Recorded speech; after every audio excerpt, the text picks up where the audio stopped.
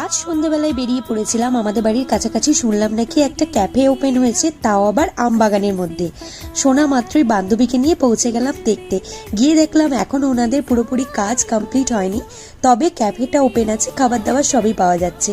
এরপর ওনাদের menu card দেখে খাবার অর্ডার করে দিলাম। করলাম হচ্ছে কফি, দুজনের জন্য দুটো কফি অর্ডার করলাম, আর সাথে করেছিলাম চিকেন সল্ট অ্যান্ড পেপার।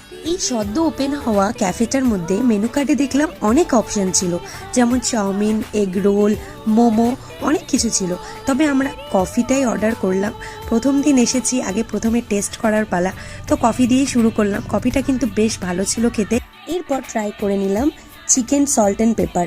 এটাও কিন্তু খেতে বেশ দারুণ ছিল, বেশ হালকা বাটারে টস করা ছিল, বেশ ভালো লেগেছে।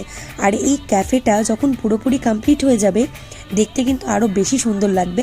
এখন একদমই অতি সাধারণ, তোমাদের হয়তো নাও মনে হতে পারে এটা ক্যাফে না, তবে এটা যখন পুরোপুরি কমপ্লিট হয়ে যাবে তখন তোমাদের সাথে একটা ভিডিও অবশ্যই আমি শেয়ার করব।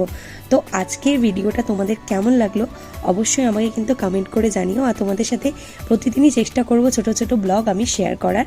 তো আজকের মতো টাটা, চলো দেখা হবে নেক্সট।